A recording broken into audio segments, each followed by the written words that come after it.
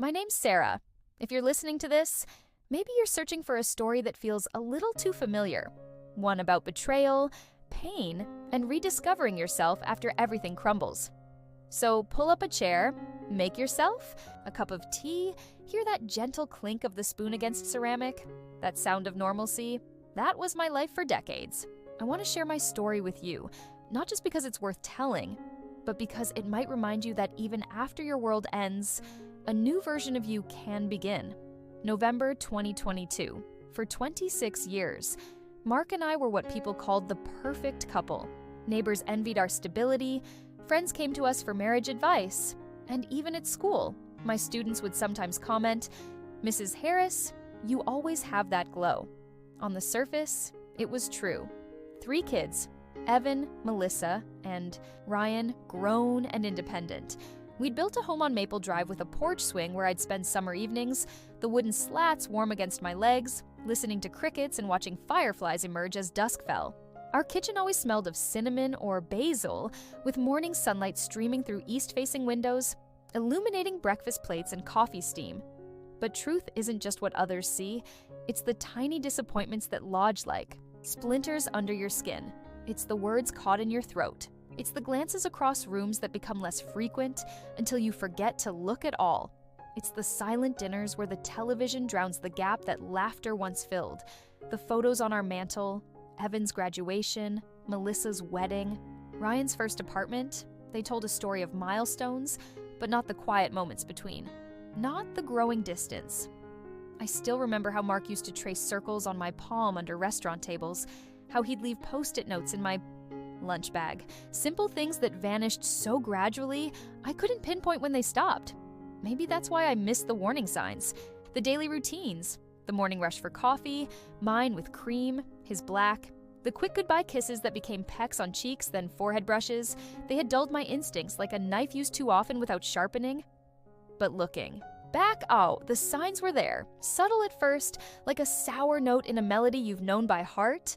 It began after Evan's wedding, August 2023. The reception hall had emptied, flower petals crushed into confetti on the dance floor. Mark and I returned to a house that suddenly felt cavernous, our footsteps echoing on hardwood floors. With our last child married, I thought, finally, we'd have time for each other. The next morning, I spread travel brochures across our kitchen island, coastal B&Bs, mountain cabins, European tours, the glossy pages bright under pendant lights. "What about dancing lessons?" I suggested, the coffee pot gurgling in the background. "Remember how we always said we'd learn the tango?" Mark's eyes never left his phone screen. "Maybe next month, Sarah. Work is non-stop." His phone? That glowing rectangle became a third presence in our marriage. During dinner, it would buzz against the table's edge, making water glasses tremble slightly. Mark would slide his chair back, the legs scraping across tile. "Sorry, have to take this," he'd say, stepping onto the back deck where his voice became a murmur beneath wind chimes. The first time, his steak grew cold. By the 10th time, I'd stopped noticing. I told myself it was midlife stress. "You're overthinking," I whispered to my reflection while brushing teeth. Toothpaste, foam bitter on my tongue. Every couple goes through this phase. But as autumn leaves dropped from our maple tree, scraping across our driveway in the wind, Mark became increasingly absent. Some nights, I'd fall asleep with my phone clutched in hand. The blue glow illuminating my face while I strained to hear tires on gravel. When headlights finally swept across our bedroom ceiling at 11:42 p.m., I'd pretend to be asleep, my heart hammering against my ribs while he showered, the bathroom fan drowning. Whatever excuses he might offer. It was a crisp October afternoon when I found it, a small gold hoop earring wedged between the passenger seat and center console of his car, the metal cold against my fingertip. Unfamiliar. "It's Melissa's," Mark said when I held it up, to the kitchen light, his collar suddenly tight around his neck. "She borrowed the car last weekend." The lie hung between us like smoke. When I called Melissa that evening, her confusion traveled through the phone line. "I haven't been in Dad's car in months. Mom, is everything okay?" My stomach clenched like a fist as I assured her everything was fine, the phone slick with sweat in my palm. That night, frost patterns spread across our garden while inside, doubt spread through my chest. Cold, intricate patterns of suspicion I couldn't melt away. It was a chilly Tuesday in November when my world began to shift. The school was closed for a teacher planning day, wind rattling the windows of our empty house, the furnace kicking on with a metallic groan. I stood in our kitchen, fingers tapping against the marble countertop, surrounded by a silence that felt too heavy. A spontaneous thought bloomed. I'd surprise Mark at work. I baked cinnamon rolls, the yeasty scent filling the kitchen as I kneaded dough with flour-dusted hands. The sugar and cinnamon mixture stuck to my fingers, sweet and grainy. While they baked, I dressed carefully. The blue sweater Mark once said matched my eyes, a touch of perfume behind my ears. I remember the elevator ride up to his office, my nervous excitement, stomach fluttering as I balanced a cardboard coffee carrier and the still warm pastries, their spiced aroma filling the small space. The mirrored walls reflected a woman with bright eyes and flushed cheeks, a woman who believed she still knew her husband. The receptionist's face when I walked in shattered that belief instantly. She stood abruptly, chair rolling backward, and physically moved to block my path. Her lipstick was slightly smudged at one corner, her laugh unnaturally high as she fumbled with papers. "Is Mark expecting you, Mrs. Harris?" The Mrs. Harris hit like a slap, formal, distant. "No," I replied, the coffee cups growing, warm against my palms. I wanted to surprise him. "Oh, well, he's in a meeting." Her eyes darted toward his office door. Closed, but not soundproofed enough to muffle the distinctly feminine laugh that floated through. Through the side glass panel, I glimpsed Mark's desk. 2 empty coffee cups with matching lipstick marks, a woman's scarf, red silk with gold threads catching the fluorescent lights, draped over the chair beside his. My mouth went dry. The coffee carrier suddenly felt unbearably heavy. "Just let him know I stopped by," I whispered, setting everything on her desk with trembling hands, leaving coffee rings on her calendar. On the elevator ride down, the walls seemed to press inward. My wedding ring felt tight, cutting into flesh. For days after, Mark acted normal, almost frantically so. He brought home tulips, my favorite, their stems bending under their own weight in the crystal vase. He asked about my students, my book club, leaning forward with exaggerated interest across our dining table. But the cracks widened. I began noticing patterns. The way he'd step onto the back porch for calls, his voice dropping to a murmur, how his phone always lay screen down, the shower he'd take immediately. After coming home, the scent of unfamiliar soap barely masked by our familiar body wash. One evening, while folding laundry, the warm clothes releasing the clean scent of detergent, Mark's phone vibrated on the nightstand.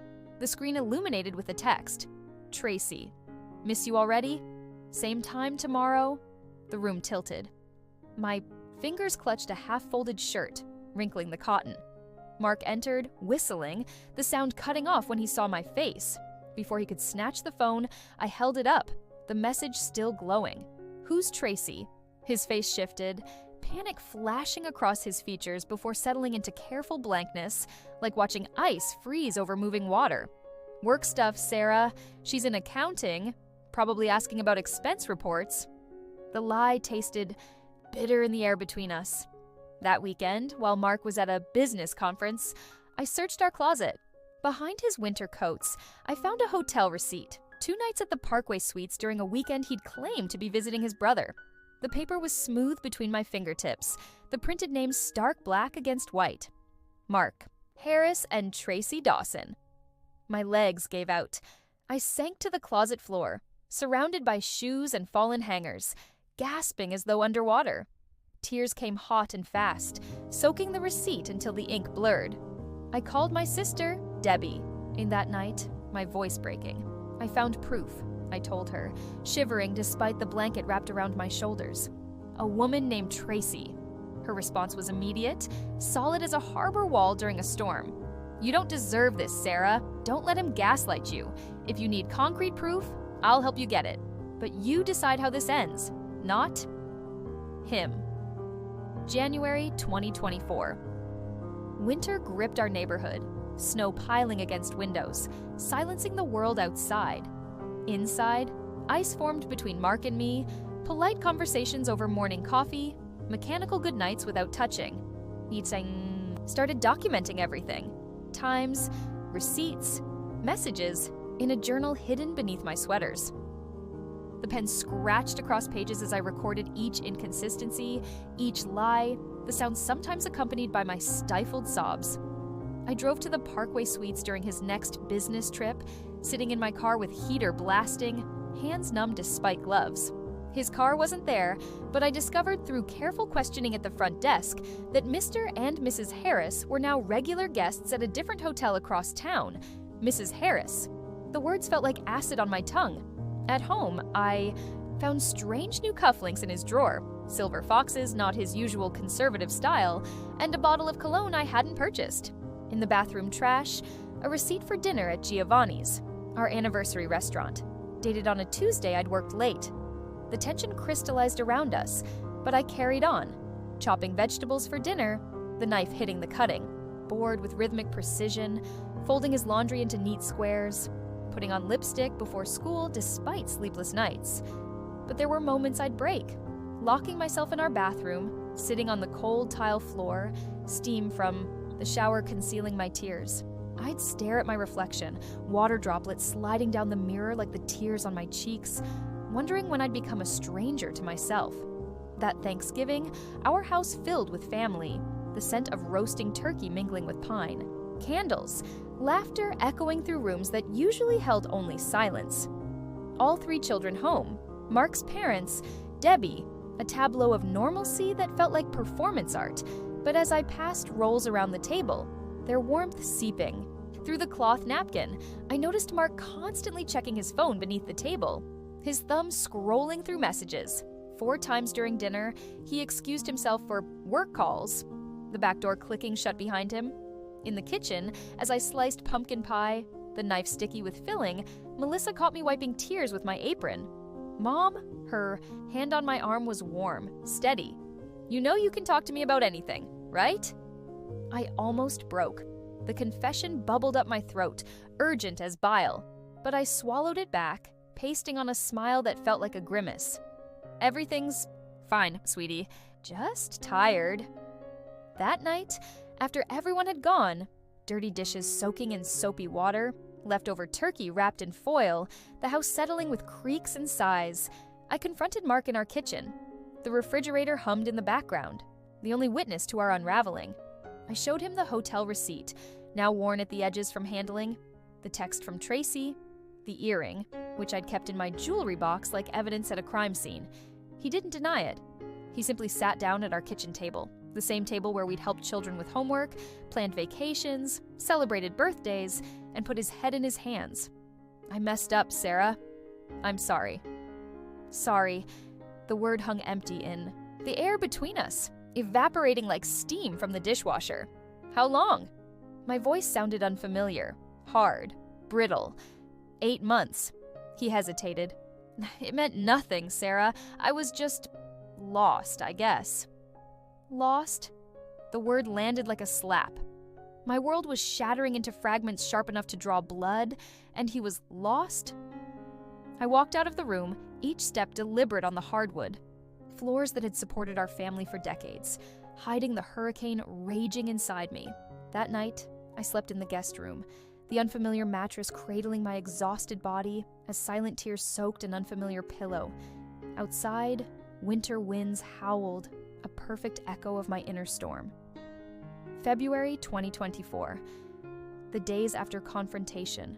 Blurred together, Mark's desperate attempts at reconciliation manifesting in breakfast trays with perfectly poached eggs I couldn't stomach, bouquets of lilies that filled our living room with cloying sweetness, endless promises murmured across the dinner table.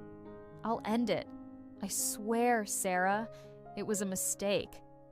But instead of pleading or screaming, I turned inward. One frosty morning, bundled in a coat I hadn't worn in years, I began walking, first around our block, then to the park 3 miles away. My breath clouded before me, lungs burning with cold air, cheeks stinging. The rhythmic crunch of snow beneath my boots became meditative, drowning out the chaos in my head. I found an old journal in my desk drawer, its leather cover cracked with age. The first entry was hesitant, pen hovering over blank pages before I allowed my raw truth to spill out. I don't know who I am anymore. 26 years of being Mark's wife, the children's mother. But who is Sarah? Just Sarah. The words looked strange on paper, foreign, yet liberating. In a moment of courage, sitting in my car with heater blasting against February's chill, I called Dr. Stein, the therapist Debbie had recommended weeks ago. The business card was dog-eared from being carried in my wallet, contemplated then hidden away. Her office smelled of chamomile tea and old books. I sank into a deep armchair, fingers tracing the worn velvet armrests, and recounted years of self-erasure, how I'd abandoned painting after our first child, how my opinions gradually became echoes of Mark's, how somewhere along the way, I'd become the supporting actress in my own life. "You can't fix him," Dr. Stein said, her voice gentle but firm. The clock behind her ticked steadily, marking seconds of my awakening. "But you can choose how to heal yourself." That phrase became my anchor in the weeks that followed. March 2024. I registered for paddleboard classes at the YMCA, the chlorine-scented pool water lapping at the board's edges as I struggled for balance, muscles trembling before finding strength I didn't know I possessed. The first time I stood, fully upright, water droplets glistening on my arms, other class members applauded. The sound echoed against tiled walls, seeping into my marrow.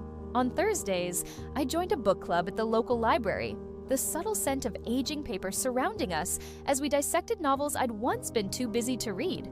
I found myself speaking up, surprising myself with observations that others noted as insightful. "You have a remarkable way of seeing characters." "Your motivations, Sarah," the librarian commented, her glasses reflecting afternoon light from tall windows. I reconnected with friends, women I drifted from during years of focusing solely on family. Over coffee that grew cold as conversations deepened, we shared stories, belly laughed until neighboring tables stared, wiped mascara smudges from beneath eyes, wet with tears of recognition. At home, Mark watched my transformation with confusion. Sometimes, coming in from an evening with friends, cheeks flushed and spirit lighter, I'd catch him staring as though trying to recognize me. "You seem different," he ventured. One evening, the TV muted between us.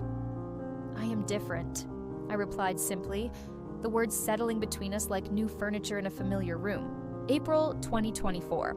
Debbie convinced me to join her for a weekend getaway, a lakeside cabin with no cell service, just miles of pine-scented forest trails and water reflecting endless sky. Away from home's tension, surrounded by nature's indifference, to human drama, something broke open inside me. Sitting on a dock with feet dangling in water cold enough to numb, I finally allowed myself to sob. Deep, guttural cries that startled nearby birds into flight. Debbie's arm around my shoulders, steady and warm, anchored me as years of suppressed grief poured out. Afterwards, wrung empty but oddly renewed, I watched the sunset paint the lake copper and gold. At dinner that night, candles casting, dancing shadows across wooden walls. Debbie asked, "What do you want, Sarah?" Deep down, not just about Mark. The question caught me off guard. Fork suspended mid-bite, the silence stretched, broken only by distant loon calls across water. "I want to feel alive again," I finally admitted, the words tasting of truth.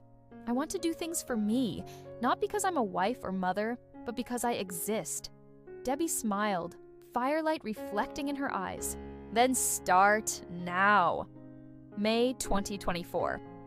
When I returned home, suitcase lighter than when I'd left despite containing the same items, Mark waited in the living room, television silenced, fingers tapping nervously on armrests. "How was your trip?" His voice held a tentative note I'd never heard before. "Restorative," I answered, meeting his gaze directly. Something had shifted. Not forgiveness, not yet, but a center of gravity relocated within myself. That week, sorting mail at the kitchen counter, I discovered an invitation, a literature seminar in Vermont, 3 days of poetry workshops and evening discussions beneath stars. Years ago, I'd have dismissed it immediately, citing family, obligations. Instead, I registered the same day. Credit card numbers tapped into my phone while dinner simmered on the stove. When I told Mark, his fork clattered against his plate. Vermont for 3 days. His expression flickered between confusion and fear. Yes. The simplicity of my answer hung between us.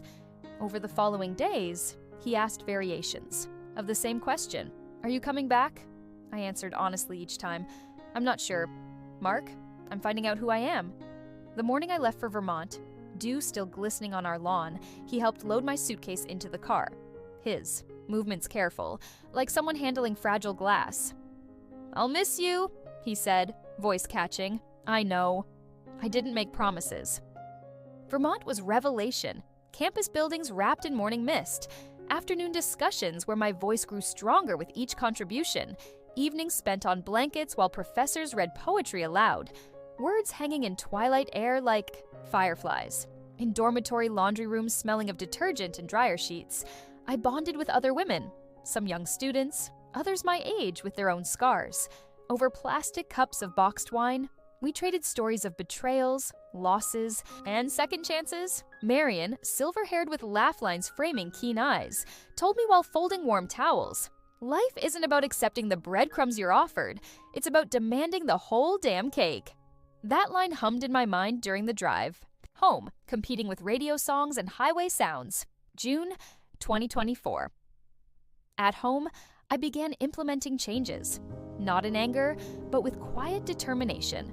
I divided our closet, moving Mark's things to one side, creating a physical boundary that matched my emotional one. The empty hangers on my side clinked like wind chimes when I shut the door. I claimed the spare room, always the office in family parlance, as mine alone. With windows open to summer breezes, I painted the walls sunshine yellow, the brush strokes methodical and soothing. I filled shelves with books I'd always meant to read, added plants whose care required attention I'd once reserved for everyone but myself, positioned a secondhand easel by the window where afternoon light streamed through gauzy curtains. Mark stood in the doorway one evening, confusion etched on his face. What's this? My room, I answered simply, paintbrush leaving yellow streaks on my fingers. For my projects, for me. He looked lost then, a man outside his own narrative. And for the first time, I didn't feel responsible for his disorientation. July 2024. Summer brought further transformation. I cut my hair, shoulder-length locks falling to salon floor tiles with each decisive snip. Not for Mark, but for the freedom of feeling wind on my neck. I wore red lipstick to ordinary errands. Bought clothes in colors I'd always admired but deemed too bold for a woman my age. I went to dinner alone, bringing a book as company, savoring each bite without conversation's interruption. I visited art galleries on Sunday afternoons when Mark golfed, letting painting speak to me in ways I'd forgotten to listen for. Messages from my children noted the change. Mom, you seem different, more vibrant somehow, Melissa texted. Beneath a photo of us at lunch, my smile reaching my eyes in ways recent years had lost. Whatever you're doing, keep it up, Ryan said during our weekly call, his voice warm through the phone pressed against my ear. I was changing. Not every day. Not without setbacks that left me crying in parked cars or staring sleepless at bedroom ceilings, but enough to know it mattered. Mark's approach shifted too. Notes appeared on the refrigerator. Coffee at Riverside Cafe. Tentative texts suggested date nights. One evening, voice hesitant, he mentioned counseling. I agreed, but with clear terms, spoken across. Our kitchen island as evening light cast long shadows. I'm not just healing this marriage, Mark. I'm rebuilding myself. If you want to be part of that, you have to earn it. The words hung between us, not ultimatum, but truth. August 2024. Counseling sessions with Dr. Winters took place in a room with sage green walls and windows that filtered afternoon sunlight through wooden blinds. The couch, firm but not uncomfortable, held Mark and me with 2 feet of carefully maintained distance between us. The air conditioner hummed quietly beneath our voices, occasionally punctuated by the therapist's pen scratching against her notepad. Marriage isn't just about love, Dr. Winters explained during our 3rd session, her bracelets clinking softly as she gestured. It's about choice, choosing each other repeatedly, even when it's difficult. Mark nodded too eagerly. His cologne, different from the one he'd worn during the affair, subtle but noticeable when he shifted position. And sometimes, she continued, her gaze settling on me, It's about choosing yourself first so you have something genuine to give." Those words resonated in my chest like a struck bell. The sessions forced brutal honesty. Each Thursday evening, we'd return home in separate cars, the silence heavy between us as we processed revelations, and pain stirred up like sediment in still water. During our 5th session, rain lashed against windows, mirroring the storm within. "Doctor," Winters asked Mark directly, "why did you cheat on your wife?" The question hung in air thick with tension. Mark's hands, once so familiar I could have traced their veins and calluses blindfolded, trembled slightly on his knees. "I don't know why," he began, voice cracking. I felt invisible somehow. Like our life had become so predictable I couldn't see myself in it anymore. Lightning flashed outside, briefly illuminating his face, lines I hadn't noticed deepening, eyes hollow with regret. "Tracy made me feel seen," he continued, the name still stabbing me despite months of knowing. But it was illusion, just novelty and escape.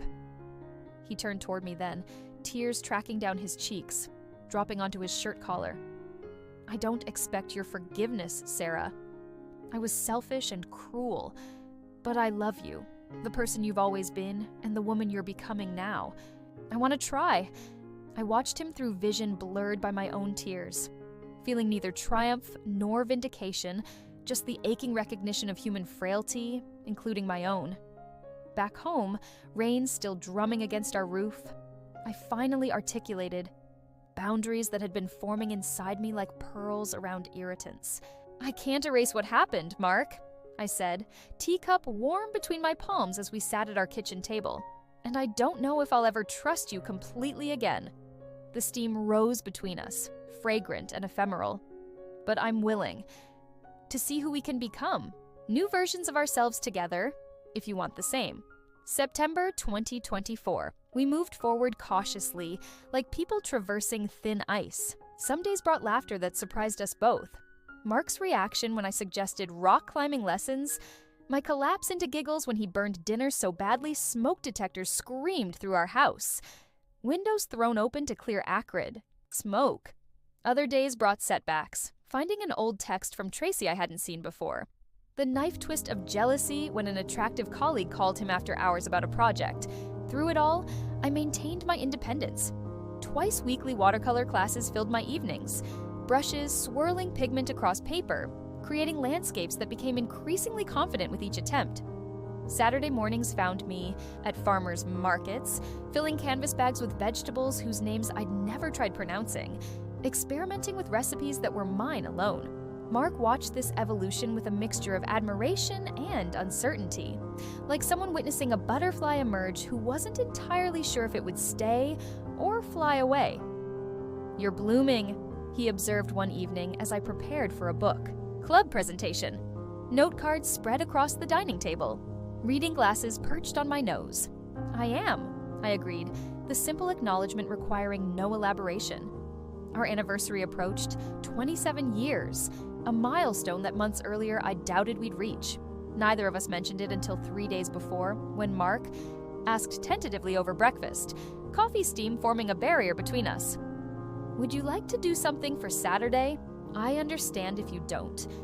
I considered declining, protecting myself from expectations and potential disappointment, but growth also meant courage. "Yes," I decided, spreading jam on toast with deliberate care. Something simple. October 2024. Our anniversary dinner wasn't at the expensive restaurant where we'd celebrated previous years. Instead, Mark surprised me with a picnic at the lakeside park where we'd had our first date, 29 years earlier. Autumn painted surrounding trees in amber and crimson, leaves occasionally drifting down to land on our blanket.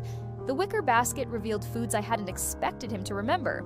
Sourdough bread from the bakery across town, blackberry jam I'd loved as a girl, sharp cheddar that paired perfectly with the crisp apples he'd sliced into perfect crescents. No gifts, those would have felt forced, but an old photo album I hadn't seen in years. Its leather cover was worn soft at the corners, its pages carrying the musty scent of preserved memories.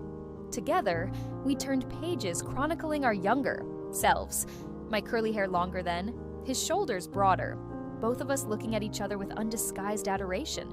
Wedding photos gave way to new parenthood, vacation snapshots, ordinary moments caught in time. Oh, we were so young, I murmured, finger tracing the edge of a photo where we stood ankle-deep in ocean surf, sun setting behind us. We were, Mark agreed, the evening breeze carrying his words. I wish I could tell that young man what he had before he nearly threw it away. Ducks skimmed across the lake's surface, leaving ripples that expanded and faded.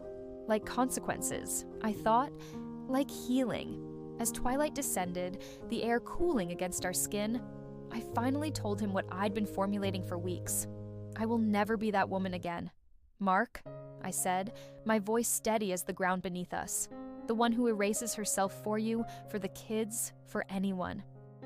If you can respect that, if you can celebrate it, I want to try building something new with you. He nodded, eyes reflecting the first evening stars appearing above. I don't want that woman back, he said, surprising me. I want you, all of you, especially the parts I was too self-absorbed to see before. His hand found mine on the blanket, the first time I'd allowed such contact in months without flinching. His palm felt both familiar and new against mine, like returning to a childhood home and finding it both unchanged and entirely different. April 2025. 2 years after discovery, our marriage bears little resemblance to what it once was. The structure remains. Same house, same history, but the interior has been completely renovated. Walls removed to create space, windows enlarged to let in light. Mark attends every therapy session without complaint, his commitment evident in changed behaviors rather than empty promises. He's found his own growth path, volunteering with habitat restoration projects that leave his hands dirt-stained, but his spirit lighter. I've sold 3 watercolor paintings at a local gallery, the check framed in my yellow room alongside my teaching certificate. Different achievements, equally valued. My paddleboard class promoted me to assistant instructor, my balance. Now, sure enough to help others find theirs. We still face challenges. Trust rebuilds slowly, like bone knitting after a severe break. Some nights, old doubts creep in with darkness, whispering questions I force myself to address directly rather than suppress. But there's new intimacy in honesty, in creating a relationship where we see each other clearly, without illusion or expectation. We've learned to argue productively, to state needs without apology, to maintain individual lives while choosing connection. Last week, looking in the bathroom mirror while brushing teeth before bed, I recognized myself. Fully, the silver strands among brown hair, laugh lines deepening around eyes, the confident set of shoulders once perpetually tensed. I not only recognized but genuinely liked the woman gazing back. Mark appeared in the doorway, our eyes meeting in the reflection. "What are you thinking?" he asked, the question simple but loaded with years of history. "That I'm exactly where I need to be," I answered truthfully, but not because I have nowhere else to go, because I choose this, choose us as we are now. If you're listening to my story, perhaps while driving, dishes soaking in your sink, or sitting in a quiet room with doubts circling like restless birds, know this: you can start over. You may find yourself somewhere unexpected, perhaps alone, perhaps rebuilt together, perhaps somewhere in between. But wherever you land, it will be as yourself, whole, worthy, and fierce in your own defense. That knowledge might be the greatest victory possible. Not destroying the one who hurt you, but refusing to be destroyed, choosing to live fully, regardless of outcome. Thank you for listening. If my words resonate, share yours. There's power in our stories, in knowing that from woman to woman, we can not only survive betrayal, but transcend it. Until next time.